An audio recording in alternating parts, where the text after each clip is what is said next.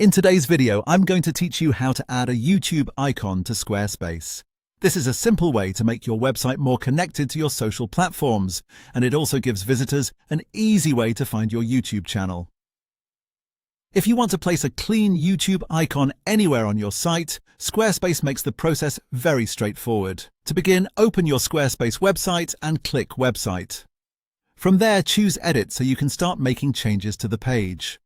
Once you're in editing mode, go to the section where you want the YouTube icon to appear.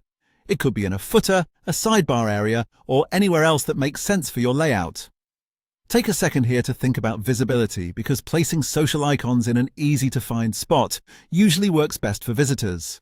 When you're in the correct section, click Add Block in the top left. This opens the block menu where you can search for different elements to add to the page. In the search bar, type Social Links. When you see the Social Links block, drag and drop it into place wherever you want it to sit on the page.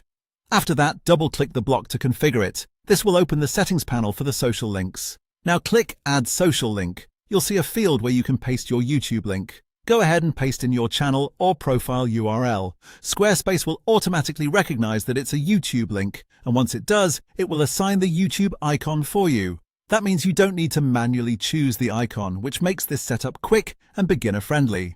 Once the icon has been added, go to the Design tab in the block settings. This is where you can adjust the size of the social icon so it matches the style of your website.